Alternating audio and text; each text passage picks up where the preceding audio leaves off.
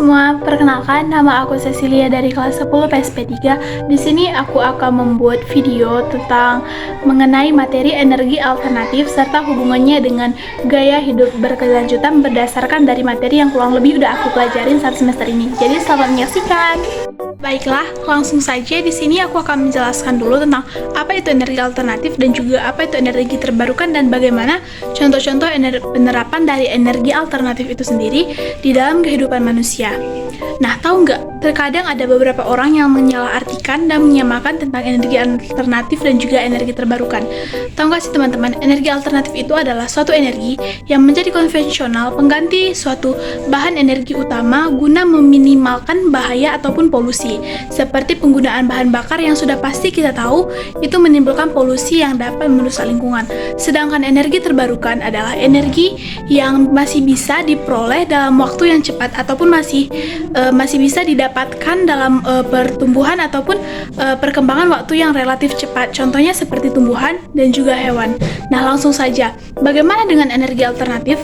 Energi alternatif dapat berupa energi panas matahari, panas bumi, nuklir, air, dan juga angin. Namun yang saat ini yang paling dikenal oleh orang-orang adalah mengenai energi angin dan juga air. Mengapa kita perlu mengetahui mengenai energi ini, sumber-sumbernya dan jenis-jenisnya? Karena dengan menggunakan energi ini dapat membantu kita untuk mengubah gaya hidup ke tahap yang lebih baik, yaitu gaya hidup berkelanjutan. Nah, bagaimana kita mengetahui bahwa sumber-sumber energi ini dapat membantu kita guna mengubah gaya hidup? Nah, contohnya yang pertama itu adalah panas matahari ataupun lebih dikenal dengan pembangkit listrik tenaga surya. Nah, banyak orang yang saat ini sudah memanfaatkan matahari sendiri sebagai sumber energi utama, yaitu salah satunya dapat membangkitkan listrik, di mana hasil dari energi ini dapat disalurkan dalam diubah menjadi bentuk listrik yang juga digunakan oleh teknologi zaman sekarang seperti kendaraan-kendaraan yang mulai beralih dari semulanya menggunakan bahan bakar seperti bahan bakar fosil, kini sudah menggunakan mobil listrik. Mengapa mereka menggunakan mobil listrik? Hal ini dikarenakan mobil listrik dapat lebih meminimalkan polusi ataupun bahaya bagi lingkungan sekitar. Nah, oleh sebab itulah mengapa saat ini energi-energi tersebut sudah mulai digunakan, seperti energi matahari, air, dan juga angin. Nah, tidak ketinggalan juga dengan energi angin. Energi angin juga dimanfaatkan untuk membangkitkan energi listrik. Hal ini lebih sering dikenal dengan PLTA ataupun PLTB, pembangkit listrik tenaga bayu, dengan cara memanfaatkan alat yang bernama kincir angin sendiri. Nah, selanjutnya ada pembangkit listrik tenaga air.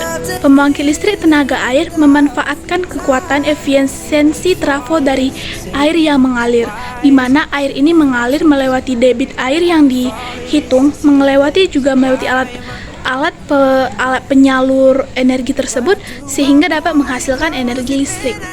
Nah, teman-teman, setelah kita mengetahui tentang energi alternatif itu, kita sudah mengetahui definisinya dan juga jenis-jenis serta fungsinya.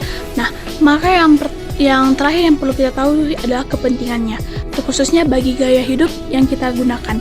Nah, gaya hidup di bumi itu terus berlanjut nih. Jadi kita juga perlu menjaga keseimbangan serta kesehatan bumi kita, yaitu dengan salah satunya yaitu mengurangi polusi. Karena dengan polusi ini menimbulkan banyak gas yang dapat mengakibatkan banyak dampak. Salah satunya seperti pemanasan global, terjadinya penyakit dalam sistem pernafasan, serta menghilangnya kehijauan serta kesegaran dalam bumi yang berdampak langsung pada makhluk hidupnya. Oleh sebab itulah, maka mari kita beralih kepada energi-energi yang dapat membantu kita dalam kehidupan sehari-hari, seperti terkadang dalam hidup kita juga harus menggunakan penghematan energi. Walaupun sudah ada energi-energi yang dapat membantu dan juga menolong kita, namun bukan berarti ini kayak membuat kita menjadi lebih boros dalam energi. Mungkin seperti di rumah kita dapat mengganti lampu neon menjadi lampu pijar dan juga menghemat penggunaan air serta menggunakan cahaya seperlunya. Hal ini juga kita lakukan guna mengurangi pemanasan serta peningkatan energi yang ada. Sekian penjelasan aku tentang energi alternatif itu. Saran aku nih teman-teman, walaupun energi alternatif sudah ditemukan dan sudah mulai mengurangi polusi sedikit, polusi dan juga meminimalkan bahaya dalam kehidupan kita di bumi, tapi bukan berarti hal ini membuat kita menjadi pribadi yang boros dalam menggunakan energi.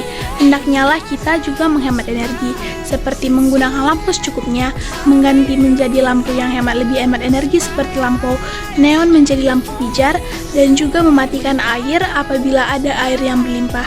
Hal-hal yang sederhana dapat membantu kita untuk mencapai hal-hal yang luar biasa.